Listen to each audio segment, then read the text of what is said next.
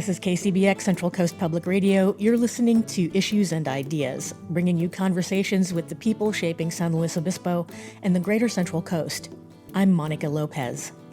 This week, we're exploring how music, storytelling, and environmental leadership are bringing our communities together. First, we'll hear from the Master Chorale's Outreach Committee about the power of choral music to connect people and inspire participation. Next, local author Chris Blake shares his journey of searching for meaning and connection in his new book, Searching for a God to Love. And finally, we'll talk with leaders from Cal Poly's Initiative for Climate Leadership and Resilience about their work to support regenerative agriculture and climate solutions through the Zero Foodprint program. Stay with us for these inspiring stories from the Central Coast. Welcome to the Nonprofit Story. This is Dr. Consuelo Mukes, your host. I'm so excited today to have some very special people with me who are with the Master Chorale. They're going to tell you all about that and probably encourage you to join them. I have Brian Lawler and Allison Stewart, who are with the Outreach Committee of the Master Chorale. Brian, welcome. Thank you very much. Pleasure to be here. Great. Allison, great to have you here. Thank you so much. Thank you. Well, let's start with you telling us, what is the Master Chorale? The Master Chorale is an organization of between 100 and 120 volunteer singers. We actually pay to sing, and we come from all over the county, and that would include from Paso Robles and even people coming up from Santa Maria. We've had people come up from Lompoc. We are singers from ages in their 20s into their 80s. We come from very diverse backgrounds. Some of us are working, some of us are students, some of us are retired. We join together to produce choral works, master choral works that are generally accompanied by an orchestra. They require significant amount of rehearsal time, but we blend together to produce an amazing, joyful sound in collaboration with our director.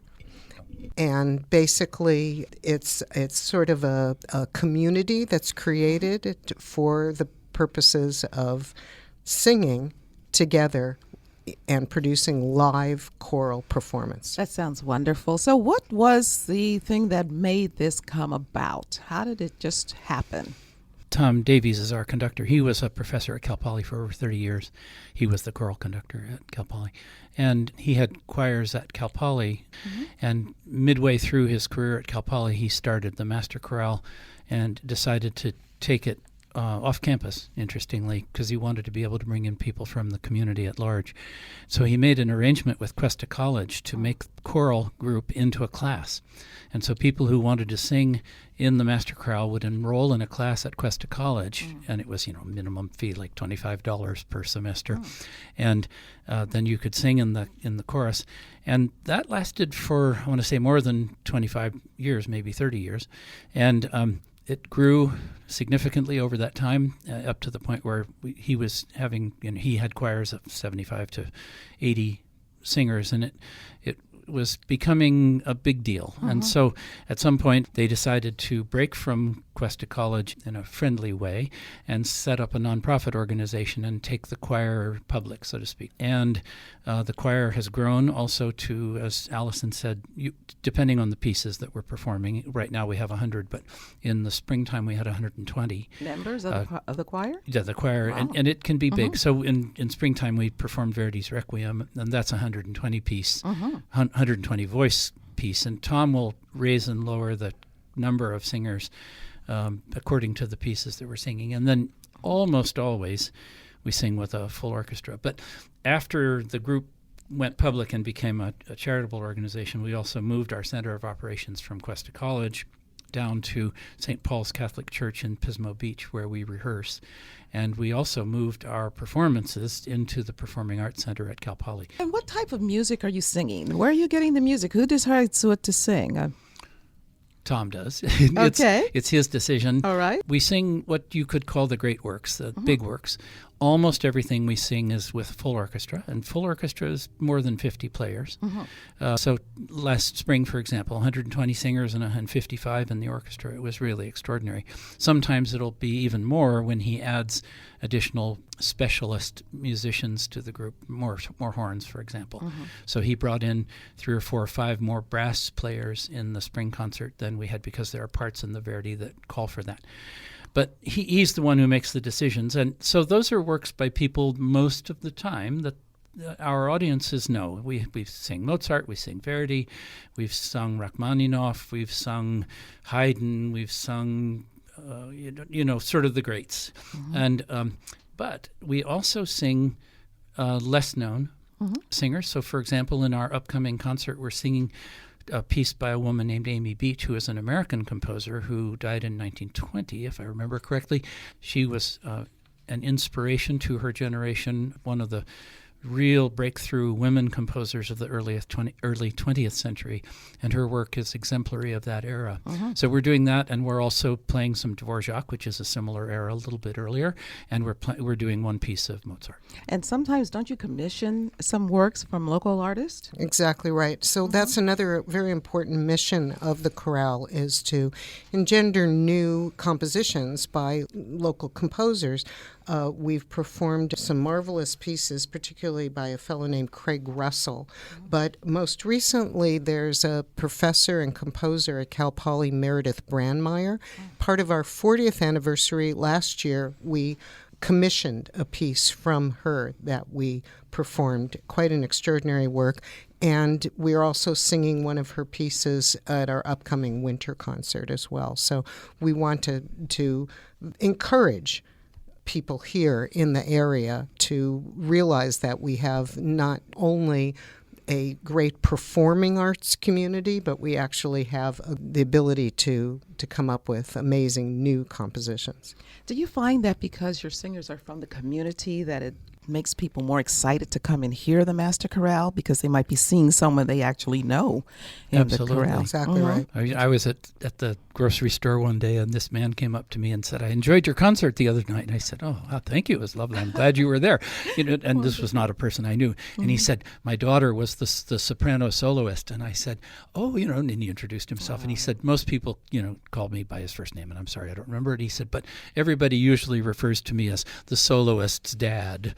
And so I thought that was pretty cool. That is Amy's cool. dad. Right. Yeah, that is cool. So people are actually personally influenced by the fact that they're looking at their neighbors and friends singing in the chorale. How do you think that makes a difference than having, people come from out of town, we go and we hear them, but here we see our people here? Right. Well, that's part of the point that we have, in the sense that we have all ages of people in the chorale. We also have people from, again, many different walks of life. Unlike a professional choral organization where they're getting paid and this is sort of their job, what you're looking at are people who are doing this simply from the joy of singing. And I think that's an infectious aspect as well, is that this is much more about giving back to the community rather than doing this as a sort of a job. It's a collaboration with our audience and with the wider community. That's fantastic. And if you're just joining us, this is the Nonprofit Story. I'm your host, Dr. Consuelo Mukes, and I'm speaking today with Brian Lawler and Allison Stewart, who are on the Outreach Committee for the Master Chorale. So let me ask you, what is the process of joining the chorale? Joining is by audition. There are auditions every fall, and I think emergency auditions in spring. But Tom will usually a week or two before our regular rehearsal schedule begins, so that would be probably mid-September. And he posts that on the website, and also we make it public with our flyers and advertising. And anyone who would like to audition is welcome to. The audition process is like auditioning for any choral group. He asks people to bring a prepared piece to sing, and piano accompaniment is available. And also he will give you a piece, he'll hand you a piece to sing on the spot or play something on the piano that he'll ask you to follow. And then he makes judgments based on how many spaces he has in each section. You asked earlier about the sections. There are 16 tenors, for example. and there are, I don't know how many altos, 500? Oh my! No. There are Sometimes probably it feels like it. there are probably 30. Okay. And so, At least. but that's because the music is balanced that way. Tom understands that, of course, better than any of us, and he builds the choir to fit the music. And so when he's auditioning, he's not only considering the voices and the quality, but he's considering how they fit into the bigger picture. Mm-hmm. So once people join, do you help them musically? In other words, do you help them with developing their voices more? Or are you looking for people who are already there before they come?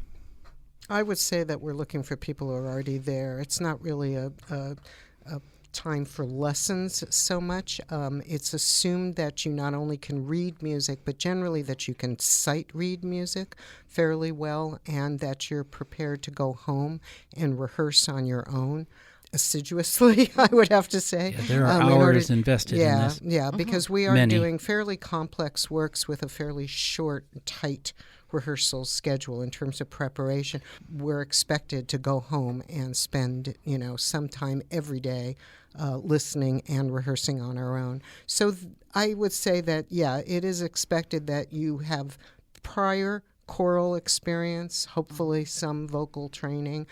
That's wonderful. Look, this sounds like a musical organization that's kind of different from what you might hear normally, people coming in from out of the area and being there. You are people of the area. So how do you measure your impact? Not just in ticket sales and attendance and all, but how do you feel like your music might touch the community in a different way maybe than another outside group would? That's an interesting one. I like to think that we create buzz. You create when I say to somebody that I sing in the San Luis Obispo Master Chorale, often they'll say, "Oh, yeah, I attended your concert last year when you did the Requiem," or it's the sort of thing that makes you feel like you've really accomplished something. And it's tough. You mentioned that it's not like groups coming from outside. Now, San Luis Obispo County and adjoining of course, has a wealth of musical organizations. We've got the Symphony, we've got Symphony Novo, we've got Master Chorale, we've got Vocal Arts, we've got Canzona, we've got the North County Choir, and there's a tremendous amount of concert, performance, orchestral music being performed. Master Chorale fits in a little bit differently than the others. First of all, it's all local. Now, not to say that the Symphony isn't, but it's all local. And we do put together an almost entirely a local orchestra too. So it's like you said earlier in the interview, you're singing with people who are playing the viola who are neighbors. Yes. And I was at a party a few weeks ago and I met a fellow who plays viola in our orchestra, and we were talking about the fact that I always see the back of his head while we're singing, which is funny to talk about at a party. But they are really, in fact, members of the community. We're all part of the community, and we do works that are not done by other groups. Almost never, for example, would you see choral music with the San Luis Obispo Symphony, and that probably that trend will be broken next year. They're talking about doing a big choral work. That's fine, because it might end up being us. So we do fit a piece of the bigger musical picture in this county, and we like to think that it's a very, very important piece, because choral music adds tremendous depth to the repertoire that is offered in the community. That's wonderful. And there's something else here I think that was really important that I had been aware of here, that some of the times your singers say that being involved helps in it's a mental health benefit of working together in this type of a situation, and their families and friends are hearing them sing and singing things. Tell us a little bit more about that. I think that's a really important aspect of being involved with Master Chorale. Absolutely. I find that singing, particularly in a big group like this, there's a community that's built amongst the singers, which is very important. There's also this focus of attention and energy that's unlike nothing else that I'm aware of, where when you're actually standing there singing, you can't do anything else. Your worries, everything else that's going on in the world evaporates, because your focus is entirely on producing this perfect noise, as it were, and it gives one such a great sense of peace and joy. The other aspect of that is there's a dynamic between the audience and the chorale, which is why the aspect that we do perform live is so important. There's a lot of recorded choral works out there, but there is nothing like hearing a live performance, and the energy that the audience feeds is intrinsic to that. I'll mention one other thing, in fact, in what we do that gives back to the community is that each holiday season upcoming in December, we have a traditional concert where we have a sing-along Messiah. And beautiful. everyone is invited to come. We provide programs, and no matter what your skill level, you can join with us. And Tom literally conducts the audience in this respect rather than us.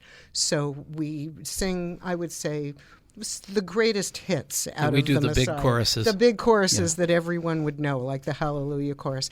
And everyone is invited to stand and sing along, and the excitement and rapture that you see on the faces of people in joining along and producing this glorious noise is really quite remarkable. That has grown exponentially over the years and is now a sellout every year, because once people come, they want to do it every year. And what's so great about this is that they bring their kids, and the kids get to experience that standing in the pack with, a couple thousand people and everyone singing along.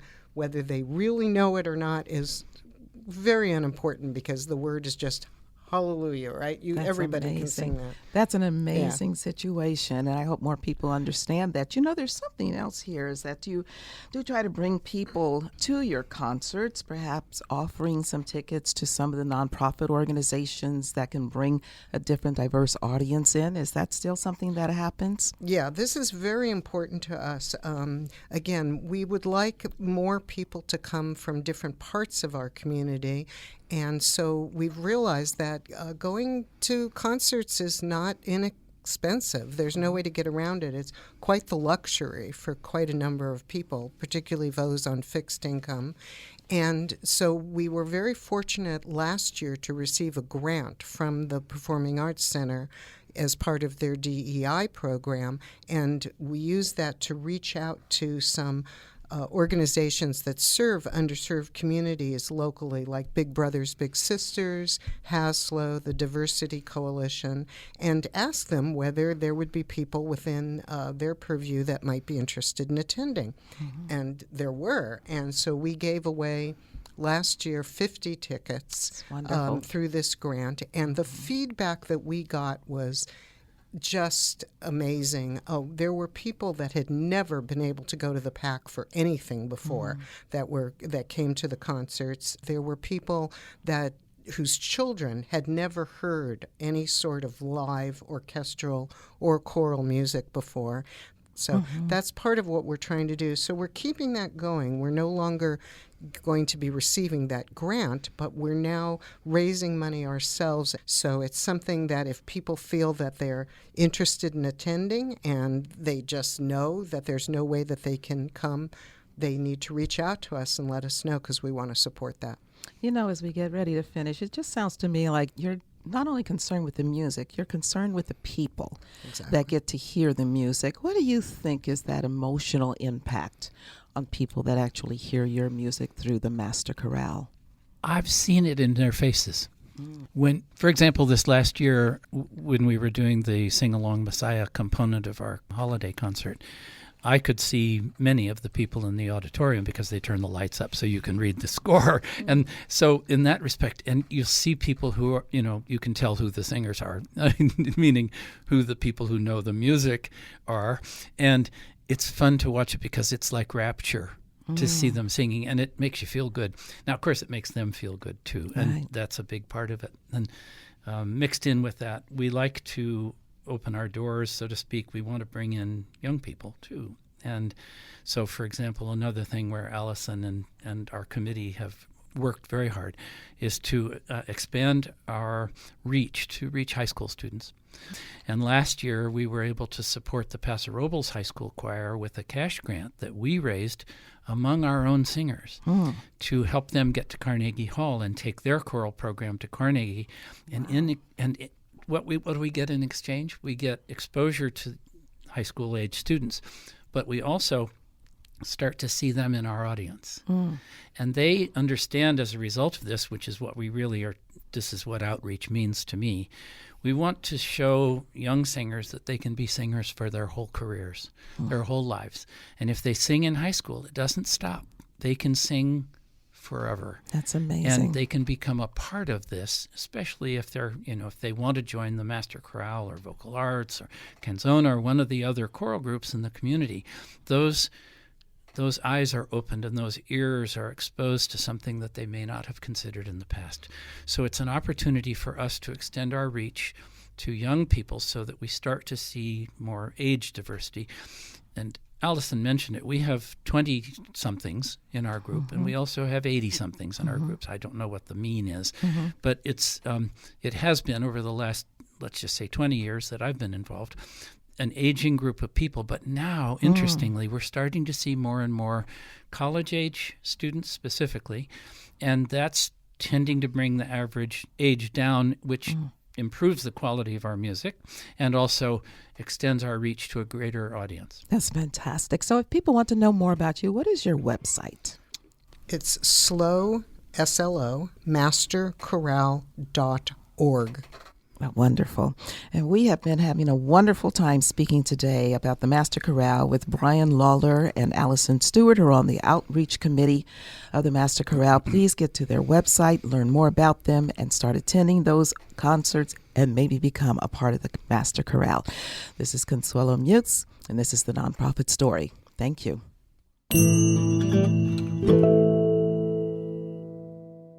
Hello, I am Brian Reynolds for Bookwaves on KCBX Public Radio for the Central Coast.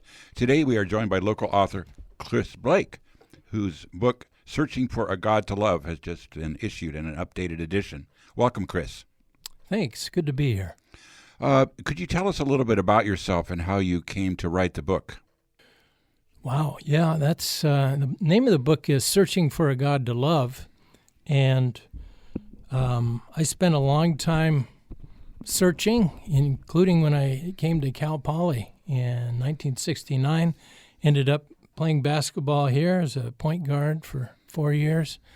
And after I graduated, I continued searching for this God. And this is not a memoir, the book. It's really about a lot of different approaches and some things I found that kept me away from loving God. And so those are put in narrative forms, a lot of stories in the book, but the idea of this changed my life, falling in love with God. Wow, that's impressive. In your bio, you note that you've been a high school teacher, a nationally award-winning magazine editor, a pastor, and a communications professor. I'm just going to hit you with something out of left field. Which of those did you enjoy the most? Oh, wow. I think probably professor, yeah. I was a professor in Lincoln, Nebraska, a little college called Union College for 24 years. And I loved interacting with students especially. Isn't it fun? One of my favorite things on earth is sitting down with a young person and getting to know them and finding out what moves them and what their worries are, what their hopes are. It's always refreshing, especially if I'm a little bit down in the dumps. When you came to speak to our Rotary Club a couple months ago, the title of your talk was Tips on Difficult Conversations, Politics, and Peace. I thought it was a fascinating presentation, and I think your book ties into it on many levels. But what's the gist of your message in a speech like that on how to have difficult conversations in this day and age? Yeah, the idea is that we engage in active listening with love. Martin Luther King Jr. said, whom you would change, you must first love. And so love is the basis for dialogue in a world that's sorely in need of it right now. So the idea is listening to others, listening to God, and listening to ourselves as well, because sometimes we don't hear what we're saying as well as what others are saying. And active listening is paraphrasing, it's focusing, and communicating in ways that ennoble both the people who are involved. People I admire, actually, in this case, in the religious field, Father John Deere, Father Greg Boyle, talk about peace as a goal that we have, and pointing out that it really needs to start with oneself. One has to be aware of oneself. One has to forgive and love oneself as a starting point, because I just don't see how it could happen otherwise, at least not, and be authentic. But psychologists point out that most of what happens in our daily lives is subconscious, maybe 10 to 15% if we're lucky. Of our bodily and mental processes are we aware of and conscious of. The rest of it is happening, but below our radar. What are some things you've learned in your research and your activities, your jobs, to where people can become more self-aware and start that peaceful process, but with themselves? Yeah. To truly listen to others is, in my view, to find some commonalities. When I was a magazine editor, we took on some very controversial topics, and I would get really incendiary letters sometimes, this was last millennium, from people that were upset with me. And so I remember this one guy wrote a letter, and he called me spawn of Satan. That was my favorite. And so I always tried to call him back. I always tried to contact these people. You can't always do that, and sometimes rarely. But putting a name to things and getting actual dialogue, not just this virtual taking pot shots behind anonymity, I think is really important. I remember this one in particular. When I called him, I said, "Hi, this is Chris Blake, editor of Insight Magazine." There's a long pause, and then we chatted. We found some places where we agreed. We had some laughs, and then I said, "Now about this spawn of Satan thing," and he said, "Oh, I'm so sorry. Oh," I said, "My parents are going to be very surprised, first of all." But it will cause him to look inward. That's right. Yeah, what am I doing here? What am I saying, and how am I sounding? But the whole object of life, in my view, is love. There's no motive that matters other than love, no legacy that lasts. So the idea is to become better lovers in a way that, enables God and ennobles us. You mentioned that this episode happened in the last millennium. Yeah. Which would be when the internet was just coming online to be a big force in our lives. Yeah. I'm sure you've seen this phenomenon that, as I have. I've heard some of these people who, basically professional whiners, called keyboard warriors. Yeah. And it seems to me that the spite, the vitriol, and the anonymity, they all seem to go hand in hand, is partly a creature of internet communications. Does that make sense? Yeah. To me, internet is like electricity. It's a power that can be, because we can die from electricity, and it also can enhance our lives in so many ways. And I think right now there are a lot of dangers. One of them is, which I faced with my students, especially toward the end, was the addiction to this virtual reality. To have virtual friends is not to have actual friends, in my view. Right. Yeah. Right. I always used to say that we crave friendships. We need them more than ever, and we hope that acquaintance, which is what service clubs like Rotary are dedicated to, in many cases can lead to friendship and be a fundamental reason why people come to a service club, for example, or take part in community efforts, is to be with like-minded friends. But one of the things I learned in my cognitive psych classes is that the vast majority of content when we communicate with each other is nonverbal. Yes. Specifically, we're sitting here in the studio and we're talking, but I'm looking at you, we're nodding, We have our body language and so forth. We're attentive in each other's presence, and that's right. just not possible on the internet that I understand. No. Yeah, body language is so important. One of my favorite quotes is Robert Louis Stevenson, who said, "The cruelest lies are often told in silence." Times when we should speak up, times when maybe somebody raises an eyebrow when they shouldn't. But to be able to read that and to assess and respond is important. So, yeah, the the body language, I used to teach even handwriting analysis a little bit too. So many things come through who we are and what we do. It's fascinating. One of my favorite things in life is telling strange jokes. I call my sense of humor bent. Yeah. Sometimes a little bit salty, but just odd, coming from a weird point of view, and it's just my personality. And humor doesn't work on the internet very well. More often than not, I think an attempt at humor is misunderstood and winds up not only being unfunny but worse. Yeah. Humor is difficult anyway. I have a section in my book on humor, and I remember one friend saying, you should have left that out.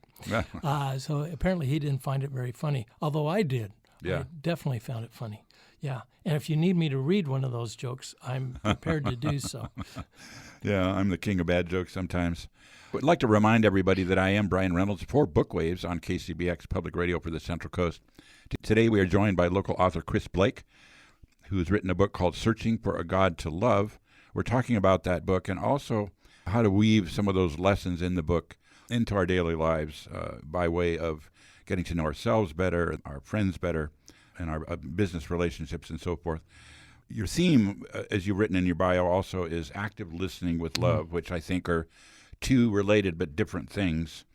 And what would you say would be a very common misconception about your message? Yeah.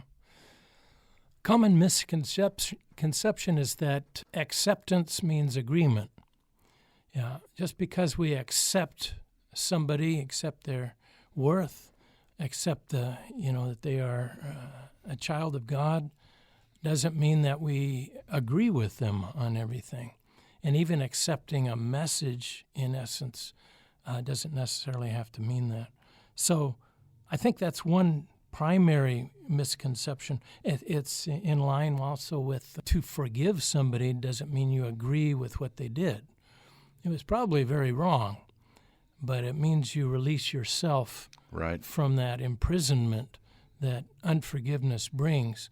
As Anne Lamott pointed out, she says, not forgiving is like drinking rat poison and waiting for the rat to die. Wow, that's pretty bold. I was reading a long time ago. I'm a words person, being a former librarian, and I always wanted to be charming to people because I thought that was a cool thing, like in conversation around the table or at a counter in a mom and pop greasy spoon. Doesn't matter, but I want to be charming to others. And of course, charming, the literal definition is to be under a magical spell. And the magical spell between two people, when someone is charming, just takes one of the people being open to listening, their eyes focused on their counterpart, their body language attentive like we are today. Yeah. It's not difficult, but I think too often we don't avail ourselves of that tool to be charming with others, and it has so much to do, I think, with the point of your book, the loneliness and the people's desire to be heard.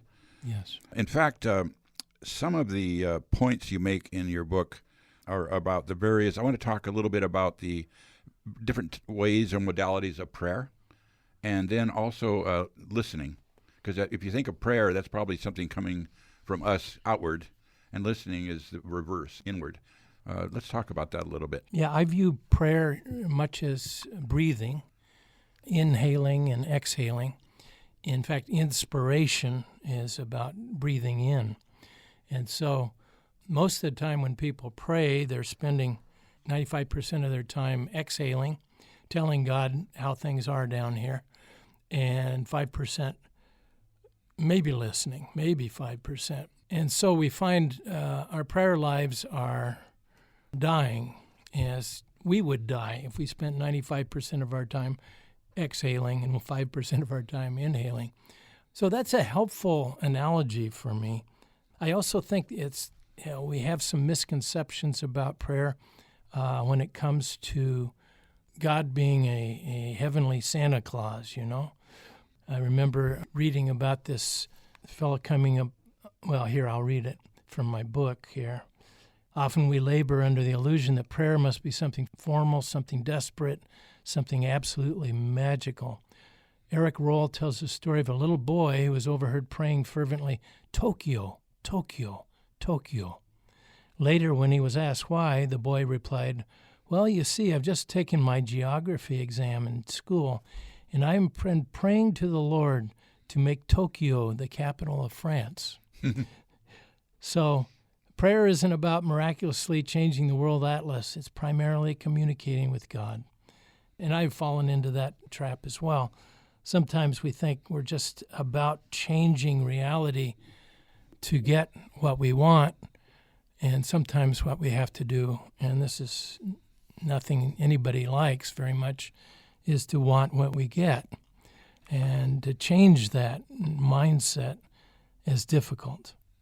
Well, we're certainly not led that way in our consumerist society. Yeah. The idea of prayer to me, it takes so many forms. It's kind of elusive. I think of artists when they create their work, they're creating a prayer. And in particular, I think a lot of, maybe all of this divine inspiration comes from outside of us. And what a person, whether they're an artist or someone just praying in their bedroom at night when it's dark, they're trying to tune their receiving antennae to God, to the divine. Yeah, absolutely. I also think, and this is the bulk of the book is about this, about why would you want to get to know this being if this being is incredibly severe and arbitrary and violent and unlikable? And so a lot of the book takes that on. There were 3 things that kept me from loving God and listening to God. I call them the 3 H's: hell, heaven, and hypocrites.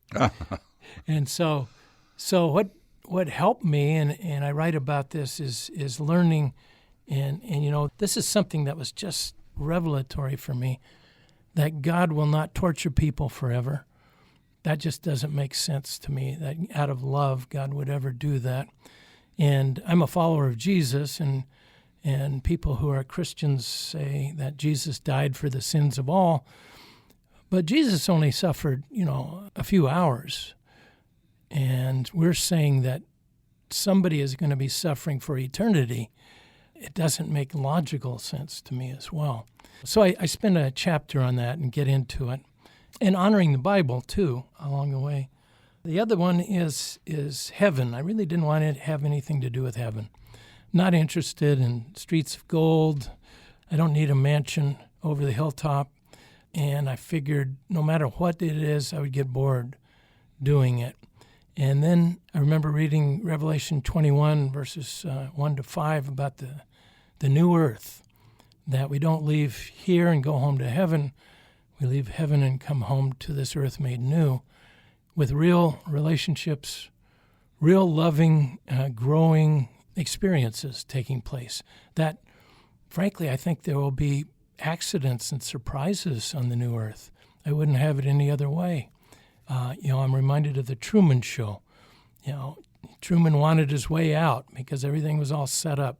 I don't want it all set up. I want to have some surprises. So anyway, those, and then of course hypocrites, well, they're with us now, and that's the way it goes. But I'm looking forward to a time when I don't have to deal with them. Yeah, I think our country, probably more than most, is hypocritical. Whatever our dark sides are, we clothe them in fancy euphemisms. Yeah. One last topic, balance. Yeah. Doing one's balanced best. Could you talk a little bit about that? Oh, sure. I'll start with a story. I was giving a talk down in Australia, and I had 10 pastors down there listening to me. And I talked about, please don't do your best, because I don't know what it means to do my best. Is it working out physically till, my arms are like tree trunks? Is it praying 11 hours a day? Is it serving, the unhoused? What is it? How much do I put in? And what kind of set me free was the concept of balance best. I want to do my balance best, not my best.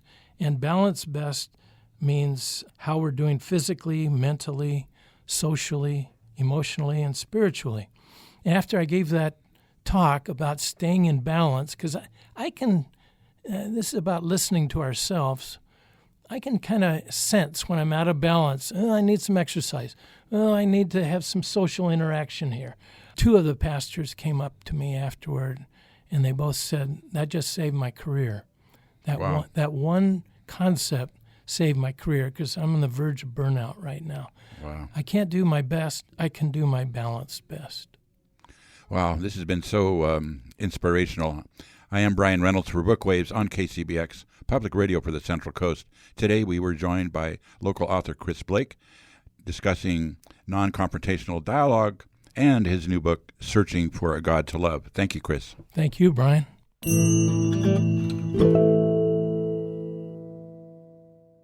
Hello, this is Gianna Patchen, and welcome to People in the Planet. People in the Planet highlights local environmental leaders and explores the interconnection between our communities and our Earth.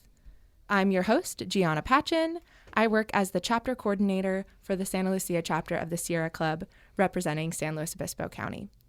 Our chapter strives to support all SLO County communities through environmental advocacy, education, community building, and legislative engagement. A caveat that People in the Planet's guests do not represent the Sierra Club. I'm excited to welcome 2 guests from the Cal Poly San Luis Obispo's Initiative for Climate Leadership and Resilience, Aaron Pierce, the Initiative Director, and Kalea Conrad, their Strategic Initiatives Coordinator. Cal Poly SLO's Initiative for Climate Leadership and Resilience is building the Institute for Climate Leadership and Resilience. At the Sierra Club, I have the immense privilege of collaborating with the Cal Poly SLO Initiative for Climate Leadership and Resilience and their coalition of partners. Welcome, Kalea and Aaron. Thank you for being here today. Well, thank you for the invitation to be on the show. It's an honor. We're happy to be here. So stoked to dive in with y'all today. Before we start, can you introduce yourselves to our audience? So my name's Aaron Pierce. I'm a professor of mathematics at Cal Poly and the director of the Initiative for Climate Leadership and Resilience. And I'm Kalea Conrad. I am the Strategic Initiatives Coordinator for the Initiative for Climate Leadership and Resilience. In addition, we're working with the SLO Climate Coalition. Full disclosure, I'm a member of the board of the SLO Climate Coalition. And so the work that we're doing for Zero Foodprint off campus is being supported by the Climate Coalition. So could you share with us a bit more about what y'all do with this initiative on campus? The Initiative for Climate Leadership and Resilience is engaged in a bunch of activities on campus, mostly around student activities and curriculum development. We also support the College Corps Fellowship, which has climate action as one of its goals. And we put on an annual virtual conference, Climate Solutions Now, which showcases what climate solutions actually look like. It's a very nebulous term, and it's aimed at helping students understand how they can take their skills and major and make a career in a sustainable field from that. And then we also do community-based participatory research, which is a bit of a mouthful, but basically it means that I talk with folks at local nonprofits or government agencies, and we look at actions that they're working on that have tasks that can be carved off and given to students to do in the context of coursework. Well, today we're here to dive into a very specific program that y'all are working on, the effort to implement Zero Foodprint across San Luis Obispo County. Could you start us off with what is Zero Foodprint? Yeah. Zero Foodprint is a 501c3 that is working to accelerate the transition to regenerative agriculture. They are doing so by partnering with the food and beverage industry to provide an option for customers and the business itself to contribute directly to climate action, specifically contributing to a grant fund that farmers can apply for when they're seeking funding to implement one or many regenerative practices. Some of those practices can be compost application, purchasing cover crop seed, equipment assistance, and planting hedgerows, things like that, all with the aim to improve soil health over time. So this project or this nonprofit and being a partner of this nonprofit allows customers to directly contribute to climate solutions with every meal purchase that they make at a participating restaurant. So that sounds really wonderful. Could you explain a little bit more what that would look like from a business owner's perspective and from a customer's perspective if Zero Foodprint is part of that transaction? Yeah. So as a business owner, all that is required is a line item change in the point of sale system to add some kind of surcharge called like 1% for healthy soil or whatever they want to call it. And then customers would have the option to opt out if they want to withhold those extra cents from their purchase. It doesn't take any training for their staff, and Zero Foodprint helps every step of the way to make that possible. Do you want to add anything to that from the business perspective? That's basically it. I mean, like a 1% optional fee is added on to the tab as an opt out. So you can choose not to pay it if you want. In practice, pretty much everybody does because it's a penny on the dollar. So, you buy lunch or whatever and it costs $25 and they tack on 25 cents to go towards this fund for farmers. So it's pretty minimal. So from the customer perspective, if you go to eat out at a participating restaurant, say in downtown San Luis Obispo at some point, that's the goal, you will likely see like a little flyer that explains that this restaurant is a participant and where those funds go. So it would say... And that it's optional. And that it's optional, of course. Yeah. So this is an optional micro donation that is baked into the total cost of your meal that goes directly to local farm projects to regenerate soil. All of the funds are actually traceable and verifiable, and Zero Foodprint is measuring impact through this Comet Planner tool.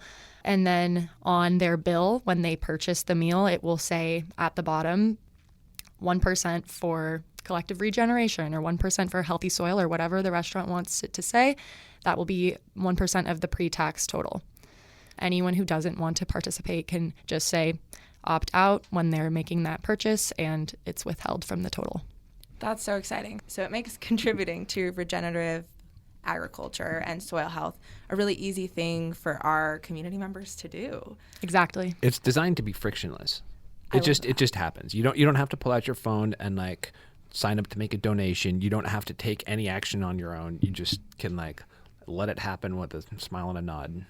So could you share a little more about the role that y'all are playing at the Cal Poly Initiative for Climate Leadership and Resilience? How are you helping lead this campaign locally? Why are we bringing this to San Luis Obispo? Well, we're supporting it because it's just a really good idea. I mean, it suits this area so well. There's a lot of positivity towards sustainability and farm to table and, sort of organic food and everything else. And also San Luis Obispo as a sustainable tourist destination. So this amplifies a whole bunch of those things. There's a very symbiotic relationship with the other work that we're doing on sustainable agriculture or climate smart agriculture. It helps fund that agriculture. I don't know if you've heard, but there's been some upset at the federal level with regard to agricultural funding recently. And so a lot of those federal dollars are in question or have been explicitly removed from the budget. So this provides a way for, to provide a stream of funds to farmers that no longer have USAID contracts and no longer have USDA funding without tapping into any public dollars. That's amazing. And that connection between supporting local small farmers and also that tie to climate resilience is really special to me, that these efforts are interconnected, right? Yes, and I should also add that there's sort of two more pieces to the circular economy. One is that if you are a farmer that supplies a business that's participating in the program, then you get an automatic priority boost for your grant applications. So the way that Zero Foodprint determines who gets funded is they look at the grant applications and they calculate the estimated carbon impact, and that's what they use as their chief scoring rubric. But then if you were supplying a partner, then you get another bump. And so then that also helps keep the money local and keep the money moving circularly.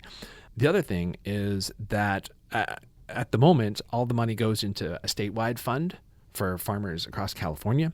But if we can get enough, if we can achieve critical mass locally, then Zero Foodprint will work with us to set up a local commission that will get to determine the prioritization of the grant proposals. And then that would further enable us to direct the money locally. If you're just joining us, this is Issues and Ideas, and I'm your host, Gianna Patchen. Today, I'm talking with Aaron Pierce and Kalea Conrad from the Cal Poly San Luis Obispo's Initiative for Climate Leadership and Resilience. Could you share a bit about your campaign to get more San Luis Obispo County and Central Coast businesses and what kind of projects you've seen come about as Cal Poly's campaign to support Zero Foodprint has gone forward? Yeah, so we have approached partnership implementation twofold. So we are working at the Cal Poly campus scale, and then we are also working in the broader SLO community. Cal Poly's efforts are driven by an outreach team that are presenting very basically what the Zero Foodprint partnership would look like and if it were implemented in Cal Poly campus dining. And then we're surveying students to determine if there is support. Turns out there's overwhelming support for this type of partnership. 95% approval rating for implementing a partnership in all campus dining facilities at Cal Poly, and 84% in approval of a one-time contribution at the time of meal plan purchasing for first years and maybe second years. And then on the broader community level, I have been working to do outreach to just make restaurants and businesses aware that this is a new opportunity for them. It's very slow going. It takes a lot of repeat exposure to the concept. It's a relatively new approach to sustainability in the restaurant business. It's like a very simple commitment can have very significant impact. But I think that because it's a new approach, many restaurants are just hesitant and waiting to see who's going to do it first. And then I think it might gain some traction. But it does cost almost nothing, and it delivers huge brand value through high-impact storytelling with credible sustainability certifications. So it's a super huge lever for restaurants to incorporate it into their brand and demonstrate that they are truly committed to sustainable dining. So we do have a brand new Zero Foodprint partner, the very first one on the Central Coast, Beerwood in Los Osos. We're super, super proud to announce that to our Central Coast community, and we're excited to support them every step of the way and show them that we do care as a community about our agricultural land, especially in an agricultural county. That's really great. And I love that you highlighted that Cal Poly campus is looking to take on Zero Foodprint. It doesn't necessarily have to just be a restaurant or a small business like we think of, but these larger institutions could be helping take on these efforts. Yeah, I mean, conceptually, it makes most sense for it to be a business that's in the food or drink industry, but it doesn't have to be. It could be a print shop or a hotel or whatever. I mean, anybody that, cares about supporting regenerative agriculture because it's such an important climate solution can participate. So if Zero Foodprint is only 1% of the sale, that's only 1 cent for every dollar spent. That's right. Can a program like this really make an impact? Yeah, so those little cents add up in a big way. So just to put it in perspective, last year in SLO County, spending on restaurants and food stores was something like $750 million. And last year's spending on hotels and motels and such was like almost $1.5 billion. So if we just have 5% participation, we'd be able to collect over $1 million annually in funding from these tiny micro donations. Wow, and that's just talking about the Central Coast, if we implemented 5% of those businesses here on the Central Coast. That's just talking about SLO County. That's not even the full Central Coast. Wow. That is really exciting to talk about and to see grassroots ways that we can be supporting this regenerative agriculture and small farms across the state of California. So, a question for y'all. How can our listeners support Zero Foodprint, whether they grow food, sell food, or eat food? And I think that includes every single person. How can folks support this program and help see Zero Foodprint implemented in more spaces across SLO County? Well, they can definitely reach out to us to find out more about the program and how to approach businesses to tell them about it. We can use all the help that we can get in terms of encouraging businesses to join the program. And we have materials actually that people can leave with businesses to, encourage them and to provide information about the program. The email that you can reach us at regarding Zero Foodprint is zfp@slowclimatecoalition.org. So to repeat that for our listeners, that's zfp@slowclimatecoalition.org. The other thing about this program is that it gives people a way to contribute to climate action on a day-to-day basis. Climate is such a big challenge that and kind of a nebulous one for many people. That it can be daunting, and not everybody's in a position to get solar panels on their house, and not everybody can afford an EV, and those aren't necessarily the most impactful solutions anyways, actually. There's lots of other things that you can do that are much better for the climate, like skip eating meat today, for example. But this is a small thing. It's basically effortless, and it can make a huge impact because unlike some other sectors, agriculture has the potential to actually be carbon negative. And at the same time, the way that regenerative agriculture operates is by building up the ecosystem that's underneath the ground. So we don't think of the ground as being alive, but there's more living and formerly living dead material made up of microorganisms under the ground than you would possibly imagine. So like 1 teaspoon of healthy soil has more microbes in it than there are humans on Earth. Wow. Right? And so that's a lot of potential for sequestering carbon. And so the plants absorb the carbon and they do their photosynthesis thing, convert it into sugars. And those sugars, those are carbon molecules. Those get passed down to the microorganisms and it just gets buried in the earth. So you have this fantastic drawdown mechanism for reducing atmospheric carbon dioxide that you get by partnering with nature. And it allows it to take place incrementally. I guess we didn't mention this before, but if you're going to go organic, you basically need to make your whole farm organic, or else have some sort of distinction or separation between the parts that are and aren't, because there can be cross-contamination. But with regenerative ag, you can do it an acre at a time as you have funding to implement. And so the Zero Foodprint or collective regeneration model supports that incremental transition. That's amazing. And that just allows more folks to get onto this transition and support Exactly. that rather than all or nothing. Do what you can when you can, which I think is a great motto in any environmental work and any efforts to mitigate the climate crisis. Thank you all so much. Thank you, Gianna. Thank you so much for having us. It was a pleasure to be here. That was Erin Pierce and Kalea Conrad from Cal Poly San Luis Obispo's Initiative for Climate Leadership and Resilience. This is Issues and Ideas. I'm Gianna Patchen, and you're listening to People in the Planet. You've been listening to Issues and Ideas on KCBX Public Radio for the Central Coast. Our theme music is by Gary Eister. I'm Monica Lopez. And a big announcement, Issues and Ideas is taking a break over the holidays and into the new year, but we'll be back with your favorite contributors and maybe a few surprises. Thanks for listening, and we'll see you in 2026. This is KCBX.